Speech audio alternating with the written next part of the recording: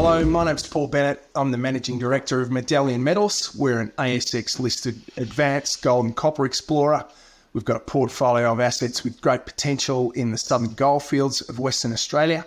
And the aim is, our ambition is to progress from explorer to developer and then producer over the next 2 to 3 years. Paul, thank you very much for the introduction. Nice to meet you. I believe this is your first time on Crux, and that you brought Medallion to market about 2 years ago in early 2021, but that you've been with the company for a number of years. Could you kind of give me a little bit of background about yourself first, and then your route into Medallion? Sure, Merlin. I'm a career mining engineer. First job was at Newcrest at the Telfer Gold Mine in Western Australia back in 1994 as a vacation student. I worked for somebody there called Tony James. He was the underground manager of that mine, and he's now a non-executive director of Medallion today. So we've remained close over a long period of time, which is a fantastic thing for our business. But I worked in hard rock metal mines in Western Australia for about 10 years, principally gold and base metals, in senior management roles, underground manager, and other technical positions. And then after 10 years, I studied again, did an MBA in Melbourne, and then found myself in investment banking. I moved into an investment banking role with Round Merchant Bank. Their resources financing business was known as RMB Resources, and I spent 9 years in that position doing project finance, other styles of a broad range of investment for junior mining companies right around the world in all sorts of jurisdictions, different commodity types. That was a fascinating position to hold. I loved it, learned a lot. Certainly how to get it right, how to get it wrong. And then at the end of that period of time, I looked to get back on the industry side. And back in 2016, the industry was depressed. Oh my goodness, yeah. It was right at it was a shocker. Recall the equity market was tough, and there was assets around, but no funding for them. And this was the position that I landed on. It was a little bit difficult for me because I think prospective employers couldn't work out whether I was a fish or fowl, banker or mining engineer. But to my good fortune, the founders of Medallion gave me a chance. That was 6 years ago. I joined the company right when we acquired the asset from Silver Lake Resources. And then we ran the business privately for 4 years before listing it in 2021 in March. And there's been a lot of work undertaken over that period of time. There was early on pre-listing, we stripped back the resources back to something that we thought we could build upon, and then built them up to almost 700,000 ounces of gold before we listed. Did a lot of work on the permitting front, did a lot of metallurgical test work. Basically built the foundation to then launch the business. And that launch process was really all about raising new public funds to undertake an aggressive extensional drill program at the Cundit Mining Centre. What was kind of the pro forma shareholder base before you came to market? You know, who were the owners at that stage? Yeah, five founders, we call them. They have invested together and they've been successful together and separately in the resources sector over a long period of time. We came out of the same stable as London Metals. You may know MM8, which is a ASX-listed nickel explorer with assets in Campbell. That's been a fabulous success. Ed Ainscoe, who's the managing director of that business, was a founding director, and he was the one who really identified and motivated the original investment in the asset. Ed's now moved on. He's pretty busy. He's got something of real significance on his hands there, but he's been a great support to us and stepped off the board in March. We're back down to 3 now, but we've also got our eyes out and looking to augment that board structure as well. And the 5 founders, what's the current shareholding that they own in the business? Yeah, they retain approximately 52% of the register, the pre-IPO shareholders. They're all out of escrow. Nobody's sold a share. In fact, the ones that can have been acquiring them when they can. They've been following their rights when they can. When you came to market, it was March 21, wasn't it? Yeah. How much did you raise at that point? 12.5 at the IPO, and subsequent to that, we've raised another 4.8 in a placement in November of 2021, and then 5.2 with a rights issue in August of 2022. The new shareholders coming on, have you had any institutions, or is it just kind of people following the work that you've been doing? I mean, it's been an awful equity market since 2021. I mean, it's been a tough old gig, hasn't it? Oh yeah, gold equities is a tough and crowded space, and it has been it's been that way almost since we listed. There was a little bit of a pop there. It's probably coming off the back of that peak in the gold price in 2020. But yeah, it's been a tough road to hoe since. But look, of that money that we've raised, we have been very focused on getting as much of it as possible into the ground. I think over 80% of the money that we've raised so far has been deployed directly into the ground, into the assets at Ravensthorpe, to increase the value of them for our shareholders. So we've been busy. We've built up quite a bit of momentum. We've increased the resource substantially over that period of time.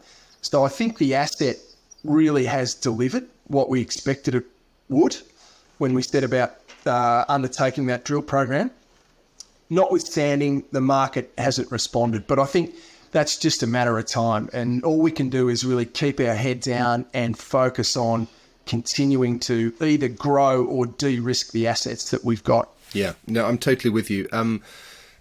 It has been just such a horrendous time for equity markets. We'll come back to talk about how gold companies are valued, but for the viewer or the listener, let's just go to the asset now. Now you're really close to it. You understand, Western Australia really well. But for someone who's coming in cold, can you just describe where it is, what the access is, roughly where it is in Australia, and the aspect of the project? Yeah. So the asset is a contiguous group of mining and exploration leases that cover approximately 650 square kilometres, and they are centred within the Shire of Ravensthorpe, which is located about 550 kilometres southeast of Perth. And that's the geographical location. From a geological point of view, the Archean greenstones that we're focused on are situated right at the southern end of the Yilgarn Craton. So we're at the bottom end of the Southern Cross Greenstone Belt, just before the Archean dips beneath the Proterozoic and continues on to the south. But to the south of us is really the Albany-Fraser origin and different style of geology, at least at surface anyway. So we're at the fringes of the Yilgarn Craton, and that's another aspect of the business that has been a challenge for us, is that we are 400 kilometres away from the nearest established operating gold processing plant. So we really do have to establish a critical mass that can sustain that capital requirement. So we need to build a standalone plant in Ravensthorpe. Look, it's an amenable jurisdiction. There's two major mining projects underway in the local government area, the Mount Catlin lithium project and the Ravensthorpe nickel operations, which is a big laterite nickel project operated by First Quantum. So Ravensthorpe's an enabling jurisdiction for what we've got in mind. The access, the infrastructure's outstanding. There's a 1,700 metre sealed airstrip with instrument landing at either end, 10 kilometres from where our mining tenement's located. There's, exceptional community and other infrastructure in place. We're 185 kilometres from a deep water port if we're exporting copper concentrate. It's a place where you can get things done. Is the project, do you staff it from Perth? I mean, do you fly into Ravensthorpe, or have you got kind of a local team in Ravensthorpe, or do you, because of the Yilgarn geology, do you kind of need the expertise which is kind of perhaps located elsewhere rather than Ravensthorpe itself? we're principally staffed out of Perth, and I don't think that'd be unusual for most companies in our stage in WA. Where most of the technical and other people that you employ in the business will be based in Perth and work on a fly-in, fly-out basis. So the majority of our workforce, we fly from Perth on a weekly basis. They're on an 8 and 6 roster. It's a relatively short flight by WA standards to get out here. It's only an hour. And then we do have a local component to the workforce. That goes up and down, but most people in Ravensthorpe are gainfully employed. There's a significant agricultural component to the local economy. There's a little bit of tourism, and then the mining industry is really quite dominant there. So there's not too many people that haven't got a job. That particular part of the world is really booming at the moment. It's a typical Australian story. You know, there's very low unemployment, and finding actually the people to do the work is or the skilled or the appropriate people to do the work is quite a challenge. Yeah, I think the resources sector in WA has probably always struggled for numbers, particularly quality people, and that's become more acute now with all the activity that's going on in WA. But look, it usually finds a way to get by, and it's important that the management of the company has got the good contacts of being involved in the industry for a long period of time and has a track record of success, of achieving things, achieving positive outcomes. That always helps attract people that you may have worked for before or who are watching what you're doing and are interested in getting involved. Yeah, absolutely. Now, in terms of the asset itself, you've got, 19.5 million tonnes at around, oh my goodness, I've got my numbers wrong, at 2.1 grams gold and 0.3 copper, 2.6 gold equivalent, 2.1 straight up with a bit of copper. And that's a resource update that you've done. You kind of published that most recently in Q1. I think it was in February that you published the resource update. And you're working towards a pre-feasibility study, which is due out in the next couple of months. You skipped the PEA stage or the scoping study stage, or perhaps I just missed it in your news flow. No, that's right. We ran, as a private company, we ran a feasibility study level assessment of the project as it was conceived at the time. That was back when the resources were about 700,000 ounces of gold only. And that was largely an oxide gold project that was a direct leach of those ores to produce gold and silver doré. But then that was a relatively short life project, relatively low capital costs. But we did do quite a bit of work on the metallurgy front, as well as permitting and other bits and pieces. So that provided us a platform upon which to run this pre-feasibility study. So that's scoping level / PEA work had been done previously, and so we're able to then use that to base the PFS off. And that's why we've taken that leap. It was, we almost took a step backwards from the amount of work that we'd done previously, but a lot of that work was able to be brought to bear on this particular study. What I often find is that a scoping study is done, and then as more information comes through, there's kind of optimization. There are trade-off studies that go through, and typically a pre-feasibility study is an exercise or is a series of trade-off studies with the company presenting kind of the current best fit approach. What does that look like at the moment in terms of kind of what are you looking at in terms of configuration of open pit, underground? What products are you looking at? Is it an oxide? Are you going to be producing a concentrate? Are you going to go to doré? Just kind of what are you aiming to produce the pre-feasibility study on? Yeah, maybe I'd take a step back and describe the nature of the ore body itself, because it's a little bit different to what you typically see in Western Australia, principally because the copper's there. There's a couple of analogies. We think the closest analogy to our asset is Silver Lake's Deflector project. They have a front end crush grinds, and then it's a gravity into flotation to produce a copper concentrate with precious metal credits, and then they leach the float tail to make a gold and silver doré. And it was GR Engineering who designed and built that plant and recently completed an upgrade on the back end of it. We are using GRs to conduct the pre-feasibility study on our behalf. And there's no one better placed to assist us in that regard. And we will replicate that process flow route. And again, coming back to the ore body, it's a little bit unusual for WA. It is a strongly mineralised deposit. It is, everybody says they've got a high-grade deposit. I think ours is best characterised as a medium or moderate grade gold and copper deposit.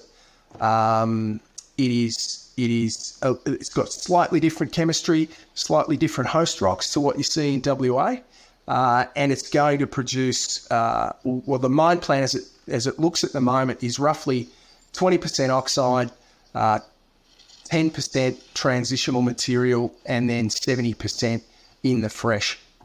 Now, we're going to be able to recover the copper from the fresh material. We'll be able to recover some of it from above the top of fresh rock as well.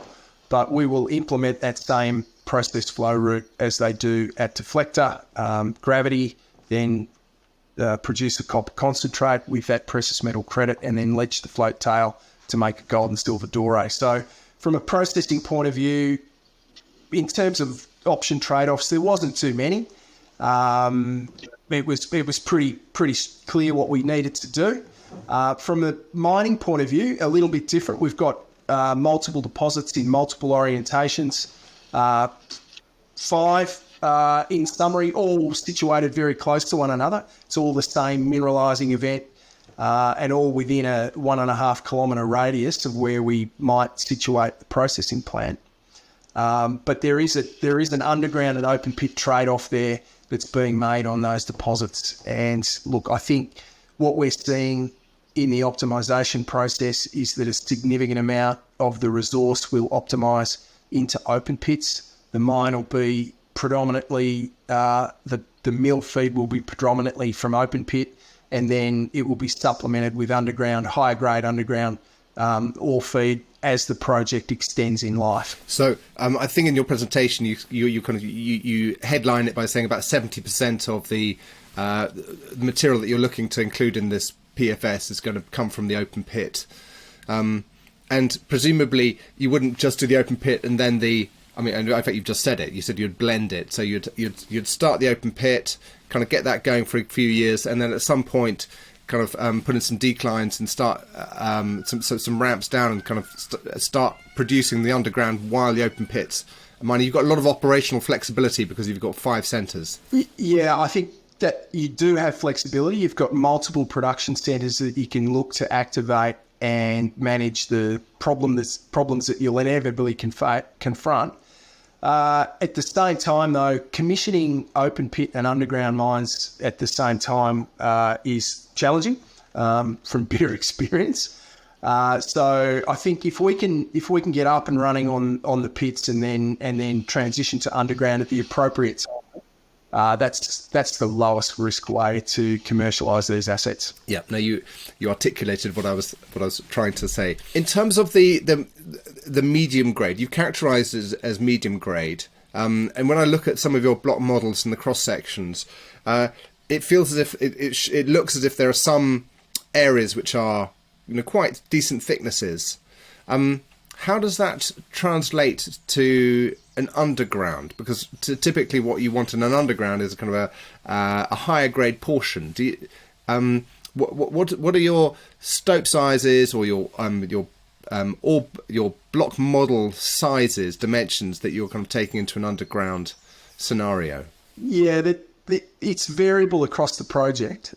We have one deposit, Gem, that is unique amongst the rest. So it's a southerly dipping, shallowly dipping sheeted vein set, which is amenable to open pit mining. I think that's where the base load for mill feed will come from for the majority of the mine life. Now, there's portions of that ore body above cut-off grade that are well over 10 metres in thickness and shallow, dipping at around 40 degrees to the south. It steepens up the further you get to the west, but that's an open pit option for us. The other pits will be relatively small pits that are just really starter pits or box cuts for underground development. And whether we actually put any underground development off the base of those pits remains to be seen. There might be one more central access and then access from that one position. So the other feature of the deposit, which is probably worth bringing up at this point in time, is that we have, when I say it's a moderate grade, it also has a low grade variability. So the coefficient of variation in the database is quite low for a West Australian gold deposit, at least as I understand it. And so we have minimal top cutting. You very rarely see bonanza style grades in our data set. We don't see any 500 grammers. There's in the hundreds, between 100 and 200, there's a number of those, but there's a lot of 40s and 50s, and so it's a moderate grade deposit with a low variability. We think that translates into a lower risk mineral resource estimate, and then by extension a lower risk mine plan. So you're looking at producing about 100,000 of ounces per annum, but what I think I understood from is basically one main pit, and then once that's up and established and running, then you're going to kind of box cut some other areas then kind of to chase 4, potentially 5 other underground I think resources. Yeah, there'll be 3 underground mines in this PFS conceived. One of the deposits that we will mine is a paleo channel. It's unique in and of itself. I mean, it begs the question of where that material came from. We don't think it's been transported far, looking at the mineralisation itself. So it's an exploration target for us. But really, at the moment, we've only really defined the paleo channel component. It's a bit of a free kick to commission the plant on. But then the other 4 deposits, one will be a big pit, and then the others are principally they're narrower, higher grade.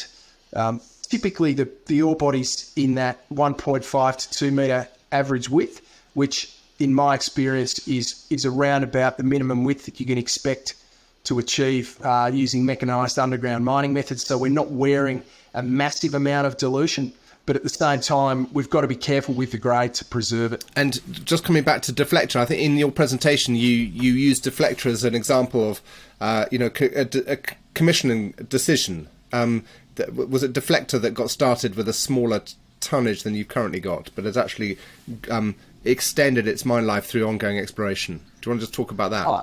Yeah, look, that's been a fabulous success. The owners of that asset have done a fantastic job demonstrating to the market the value of that asset. I think it got started on roughly 600,000 ounces in resource. And over the subsequent 6 years, I think that was 2016 when it got going, it's produced over 500,000 ounces of gold. It's more than replaced reserves. It's more than replaced resources. And importantly, it's generated a ton of excess cash. So fabulous outcome. Depending on whose research you read, the asset could be valued in terms of its component value inside that business at between 800 or $1 billion Aussie. So that's the kind of opportunity that's in front of us. We've got a huge amount of water that needs to flow under the bridge to get there. But that's the kind of outcome and kind of performance that we're looking to replicate here at Medallion. So that's the prize. Let's talk about kind of next steps on what Medallion is looking to do to kind of get towards that goal. Yep. We're confident we're at critical mass in terms of metal in the ground to support that study outcome that demonstrates the returns are there with an adequate amount of risk.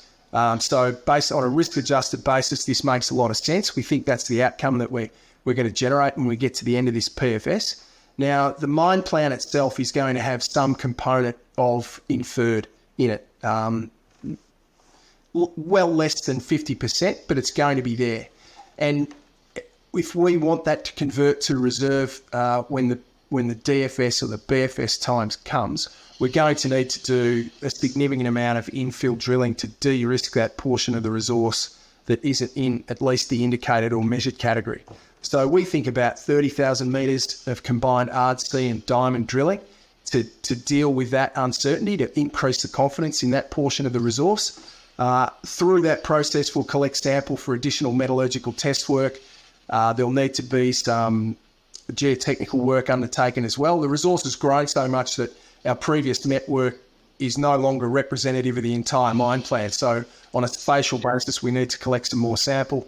And then there's the permitting process. So we have a permit, a ministerial statement to commence the project as we conceived it in 2020.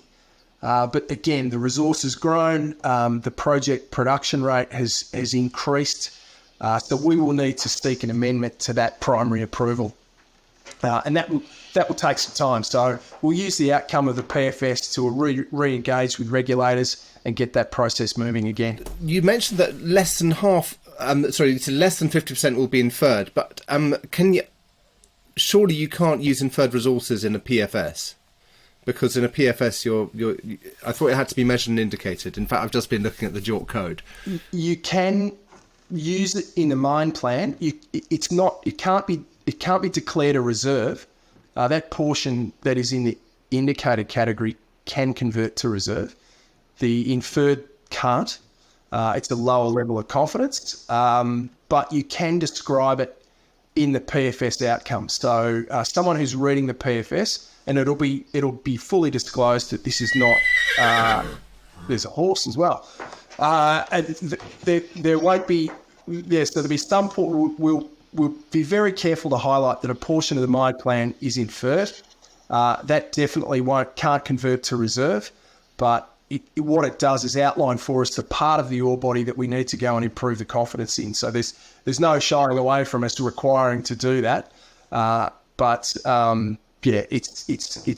we will be able to release the PFS on that basis. Good. Let's talk about money and where it's going to come from. I mean, the fact that Deflector is such a success, and you talk about it being valued at 800 to a billion Aussie, people notice that. There must be people looking at that thinking, well, hang on, where's the next one of these going to come along?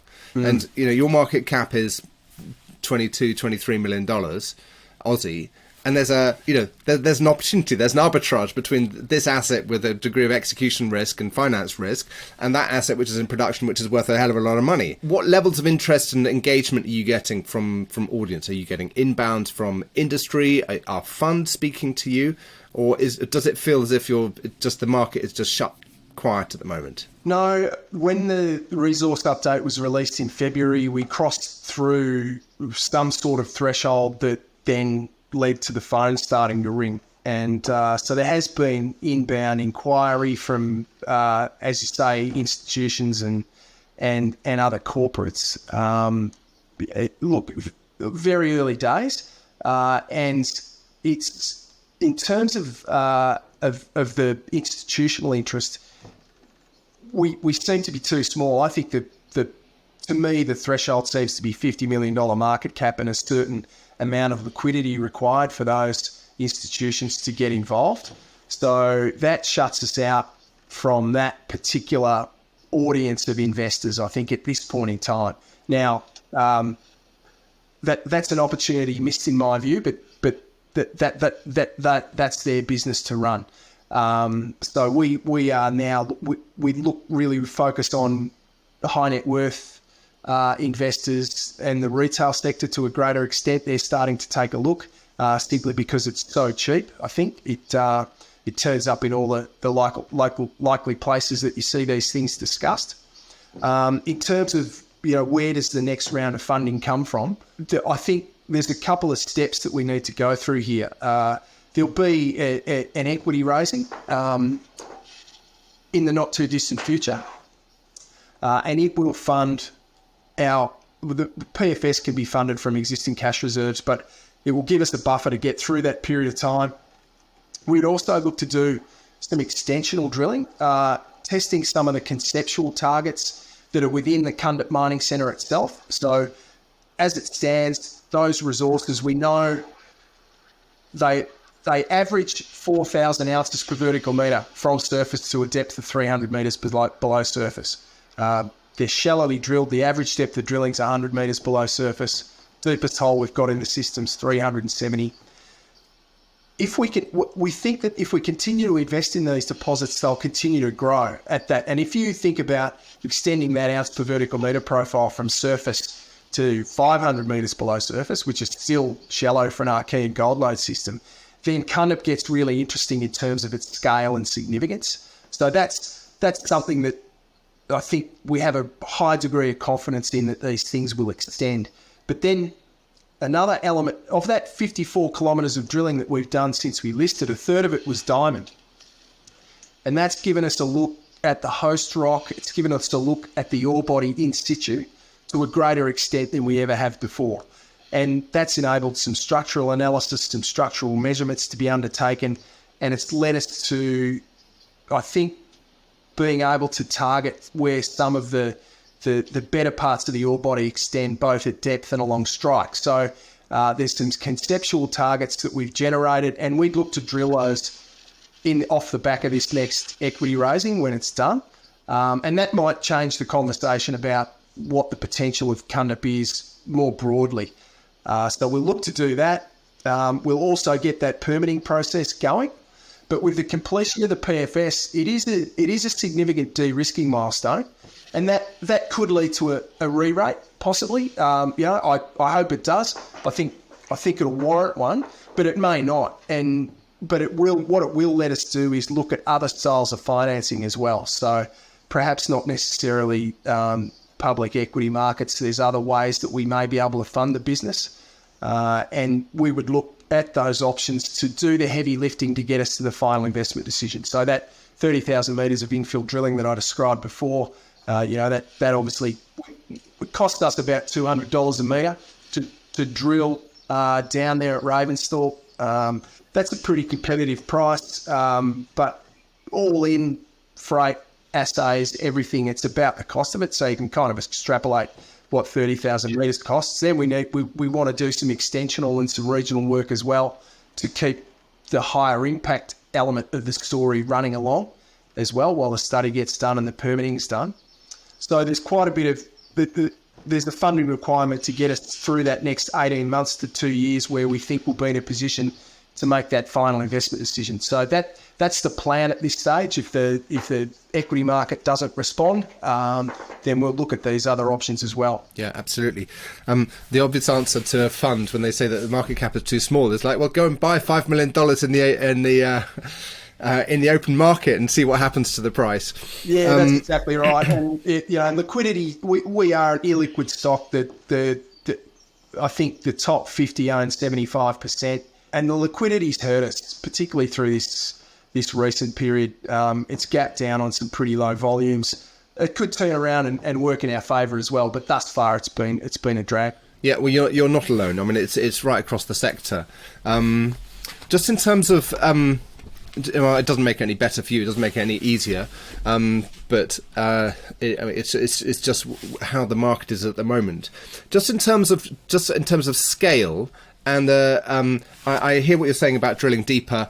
Could really kind of open it up in terms of the overall mineral kind of endowment. When you look at throughput rates and 100,000 ounces per annum, did you choose that throughput rate because that's the or kind of the production rate? Is that because it's the function of stope size and kind of materials handling, or was it more of a function of mine life? You kind of said let's do this over 6 or 8 years or whatever the mine life is.